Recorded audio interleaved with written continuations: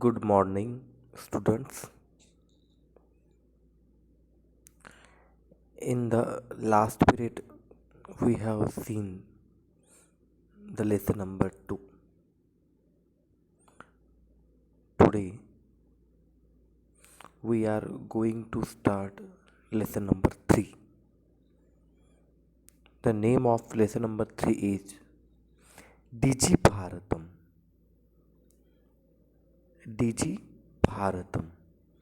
Digi Bharatam means Digital India. I will send you the PDF of the lesson. If you have the book, you can open. Otherwise, I will send a PDF. Now, in this lesson, the poet is described about the digital India. उसके विषय में हम इस पाठ में देखते हैं कि कैसे भारत डिजिटल बन सकता है। उसका पहला पैसेज मैं रीड करता हूँ। You all also repeat after me. अद्य संपूर्ण विश्वे डिजिटल इंडिया इत्यस्य चर्चा श्रूयते। अस्य पदस्य कः भावः इति मनसि जिज्ञासा उत्पद्यते। कालपरिवर्तनेन सह मानवस्य आवश्यकता अपि परिवर्तते। प्राचीनकाले ज्ञानस्य आदानप्रदानं मौखिकम् आसीत्। विद्या च श्रुतिपरम्परया गृह्यते स्म।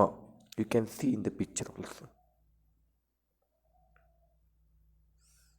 इसका भावार्थ, अर्थ और पद परिचय दिखते हैं। पहला शब्द है अद्य। You can write also. अद्य ये अव्यय है। अद्य मीन्स टुडे, आज।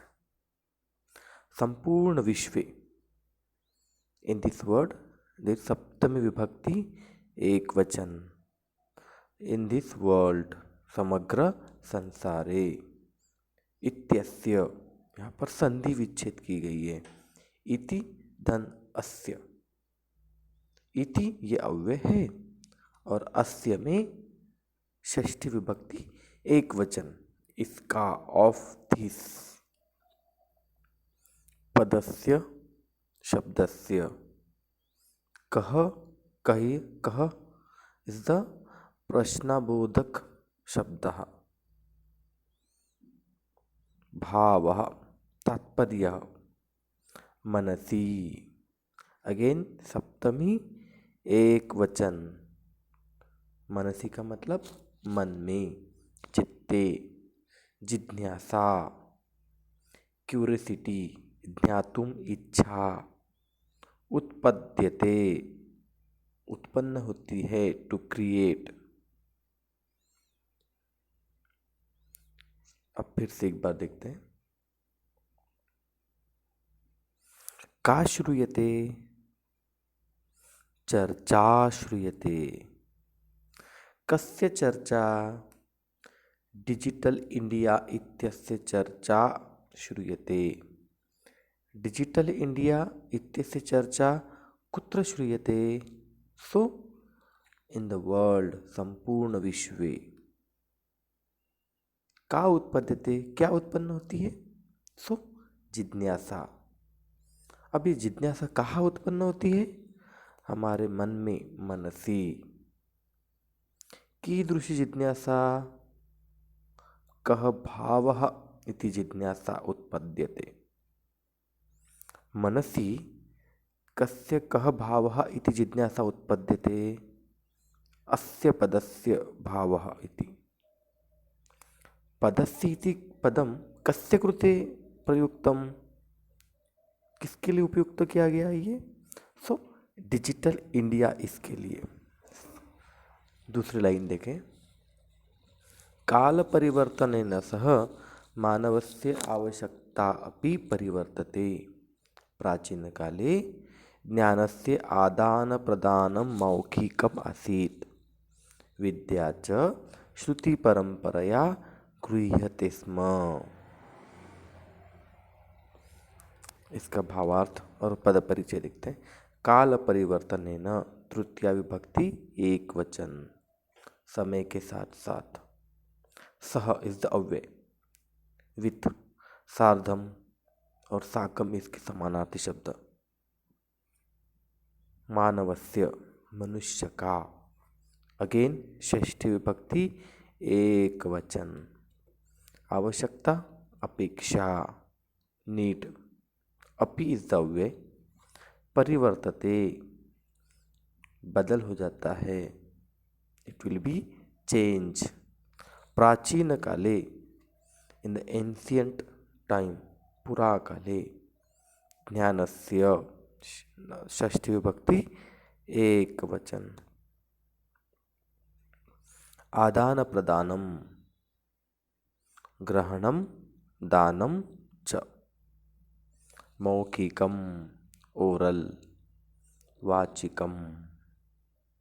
आसीत, इसमें लंग लकार पास्ट टेंस, धातु अस।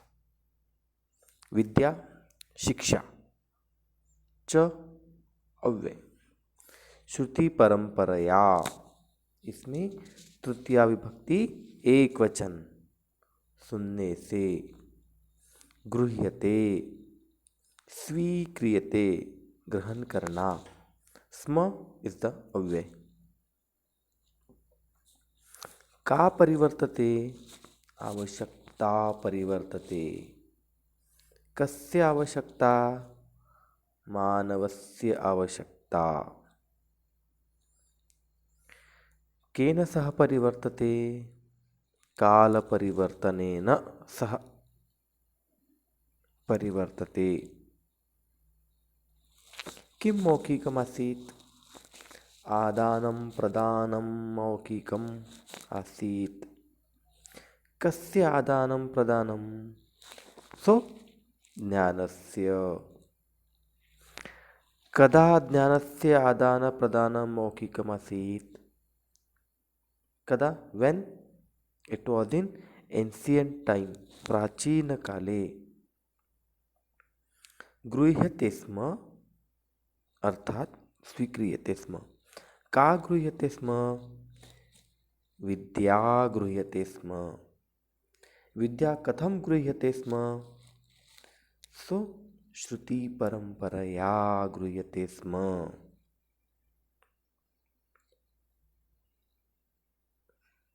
इसका एक बार हिंदी में मीनिंग देख लेते हैं। आज संपूर्ण विश्व में डिजिटल इंडिया, इसकी चर्चा सुनी जाती है। अब डिजिटल इंडिया का क्या मतलब है, इसकी जिज्ञासा उत्पन्न हमारे मन में होती है। काल परिवर्तन से समय के साथ साथ मानव की आवश्यकता भी बदल रही है। प्राचीन काले ज्ञानस्य आदान प्रदान मौखिकमासीत्। एंशियंट टाइम, बहुत पहले, जब इंसान लिखना नहीं जानता था, तब ज्ञान मौखिक होता था और विद्या सुन सुनकर ग्रहण की जाती थी। आज हम इतना ही पढ़ेंगे। Thank you.